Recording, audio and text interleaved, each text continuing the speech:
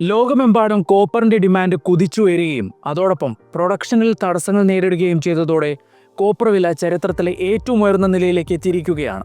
London metal എക്സ്ചേഞ്ചിൽ ഒരു ton കോപ്പറിന്റെ വില $13,000 മുകളിൽ, അതായത് ഏകദേശം 11.7 ലക്ഷം രൂപയ്ക്ക് മുകളിൽ എത്തിയിരിക്കുകയാണ്.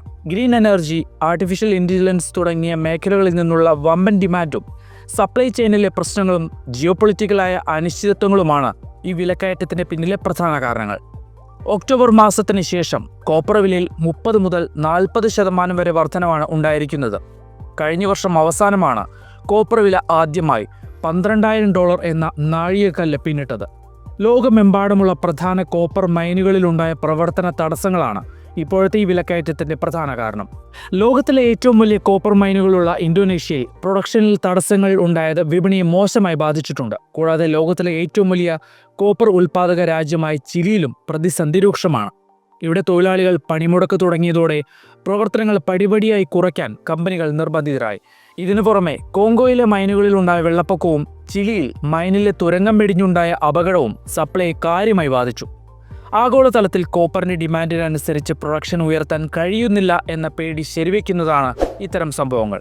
മറ്റൊരു പ്രധാനപ്പെട്ട വെല്ലുവിളി നിലവിലുള്ള മൈനുകളുടെ പഴക്കമാണ്. പല വലിയ മൈനുകളിലും മെറ്റലിന്റെ അളവ് കുറയുന്നത് മൈനിങ് കൂടുതൽ ചെലവേറിയതാക്കുന്നു. പുതിയ മൈനുകൾ കണ്ടെത്തി പ്രൊഡക്ഷൻ തുടങ്ങാൻ 15 വർഷത്തിലധികം സമയമെടുക്കും. എൻവയോൺമെന്റൽ റെഗുലേഷൻസും വെള്ളത്തിന്റെ കുറവും പ്രാദേശികമായ എതിർപ്പുകളും പുതിയ പ്രൊജക്റ്റുകൾക്ക് തടസ്സമാകുന്നുണ്ട്.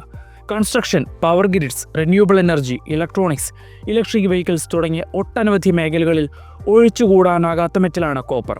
കൂടാതെ പെട്രോൾ, ഡീസൽ കാറുകളെ അപേക്ഷിച്ച് ഇലക്ട്രിക് വെഹിക്കിൾസിന് 3 ഇരട്ടിയിലധികം കോപ്പർ ആവശ്യമാണ്.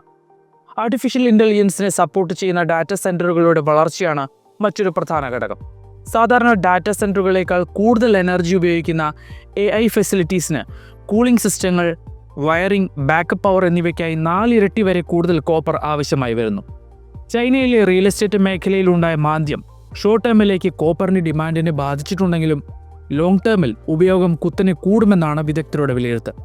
Electrification, grid expansion, digital infrastructure എന്നിവയുടെ പിൻബലത്തിൽ 2035ഓടെ കോപ്പറിന്റെ ഡിമാൻഡ് 3-1 വർദ്ധിക്കുമെന്ന് ബ്ലൂംബർഗ് NEF കണക്കാക്കുന്നു. അമേരിക്ക കോപ്പറിന്റെ ഇമ്പോർട്ടിൽ കൂടുതൽ ടാക്സ് ഏർപ്പെടുത്തിയേക്കുമെന്ന പേടി ഗ്ലോബൽ ട്രേഡിനെ ബാധിച്ചിരുന്നു. ടാക്സ് വരുന്നതിന് മുൻപ് പരമാവധി കോപ്പർ അമേരിക്കയിലേക്ക് എത്തിക്കാൻ വ്യാപാരികൾ ശ്രമിച്ചതോടെ കോമെക്സ് വെയർഹൗസുകളിലെ സ്റ്റോക്ക് 4,50,000 ടണ്ണിന് മുകളിലെത്തി. ഒരു വർഷം മുമ്പ് ഇത് 1 ലക്ഷം ടണ്ണിൽ താഴെ മാത്രമായിരുന്നു. അമേരിക്കയിലെ ഈ അമിത സംഭരണം മറ്റു രാജ്യങ്ങളിലെ ലഭ്യത കുറയ്ക്കാനും വില കൂടാനും കാരണമായി. വരും വർഷങ്ങളിൽ കോപ്പർ മാർക്കറ്റിൽ സപ്ലൈ ഡെഫിസിറ്റ് ഉണ്ടാകുമെന്ന് അനലിസ്റ്റുകൾ മുന്നറിയിപ്പ് നൽകുന്നു. ഈ വർഷം കോപ്പറിന്റെ ആവറേജ് പ്രൈസ് ടണ്ണിന് $11,000, അതായത് ഏകദേശം 9.9 ലക്ഷം രൂപ ആയിരിക്കുമെന്നും ഗ്രീൻ എനർജിയിലേക്കുള്ള മാറ്റം വേഗത്തിലാകുന്നതോടെ 2034ഓടെ വില $17,000, അതായത് ഏകദേശം 15.3 ലക്ഷം രൂപ വരെ ഉയർന്നേക്കാമെന്നും ഫിച്ച് പ്രവചിക്കുന്നു. JP മോർഗന്റെ അഭിപ്രായത്തിൽ 2026ലും വില ഉയർന്നു തന്നെ നിൽക്കും.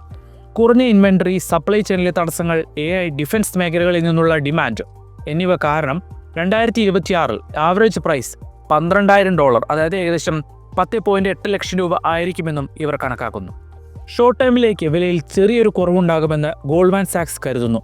2026ന്റെ തുടക്കത്തിൽ വില $10,000 മുതൽ $11,000 വരെ റേഞ്ചിലായിരിക്കുമെങ്കിലും ലോങ് ടേമിൽ 2035ഓടെ വില $15,000 ഇവർ പ്രവചിക്കുന്നു. ഒരു എക്കോണമിയുടെ ആരോഗ്യത്തിന്റെ അളവുകോലായാണ് കോപ്പറിന്റെ ഡിമാൻഡിനെ കണക്കാക്കുന്നത്. ലോകത്ത് ഖനനം ചെയ്യുന്ന കോപ്പറിന്റെ പകുതിയോളം വരുന്നത് വെറും 3 രാജ്യങ്ങളിൽ നിന്നാണ്: ചിലി, കോങ്കോ, പെറു. ഇങ്ങനെ സപ്ലൈ ചില രാജ്യങ്ങളിൽ മാത്രമായി ചുരുങ്ങുന്നത് ഒരു വലിയ ആശങ്കയായി മാറിയിട്ടുണ്ട്. അതേസമയം സ്വന്തമായ റിസർവ് കുറവാണെങ്കിലും കോപ്പറിന്റെ പ്രോസസ്സിങ്ങിലും ശുദ്ധീകരിച്ച കോപ്പറിന്റെ ഉൽപ്പാദനത്തിലും ചൈനയാണ് മുന്നിൽ. ലോകത്തിലെ റിഫൈൻഡ് കോപ്പറിന്റെ 40%-ലധികം ഉൽപ്പാദിപ്പിക്കുന്നത് ചൈനയാണ്. നിർണായകമായ മിനറലുകളുടെ സുരക്ഷിതമായ ലഭ്യതയ്ക്ക് ഗവൺമെന്റുകൾ മുൻഗണന നൽകുന്നതുകൊണ്ട് കഴിഞ്ഞ നൂറ്റാണ്ടിൽ എണ്ണയ്ക്കുണ്ടായിരുന്ന അതേ പ്രാധാന്യം ഇന്ന് സാമ്പത്തികമായും ജിയോപൊളിറ്റിക്കലായും കോപ്പറിനും ലഭിക്കുന്നുണ്ട്. AI, ഇലക്ട്രിക് വെഹിക്കിൾസ് എന്നിവയെക്കുറിച്ചുള്ള സ്പെക്കുലേഷൻസ് വില അമിതമായി ഉയർത്തിയിട്ടുണ്ടാകാമെന്ന് ചില വിദഗ്ധർ പറയുന്നുണ്ടെങ്കിലും മാർക്കറ്റിന്റെ ഫണ്ടമെന്റൽസ് സ്ട്രോങ് ആണ്. തുടരുന്ന സപ്ലൈ ചെയിനിലെ തടസ്സങ്ങൾ, പുതിയ മൈനുകൾ തുടങ്ങാനുള്ള കാലതാമസം, കൂടി വരുന്ന ഡിമാൻഡ് എന്നിവ കണക്കിലെടുക്കുമ്പോൾ വരും വർഷങ്ങളിലും കോപ്പർ വില ഉയർന്ന നിലയിൽ തന്നെ തുടരാനും ചാഞ്ചാട്ടങ്ങൾ ഉണ്ടാകാനുമാണ് സാധ്യത. ലോകം ഡിജിറ്റൽ ടെക്നോളജിയിലേക്കും ഇലക്ട്രിഫിക്കേഷനിലേക്കും നീങ്ങുമ്പോൾ ഈ ദശകത്തിലെ ഏറ്റവും നിർണായക മെറ്റലായി കോപ്പർ മാറിയേക്കാം. Thanks for watching.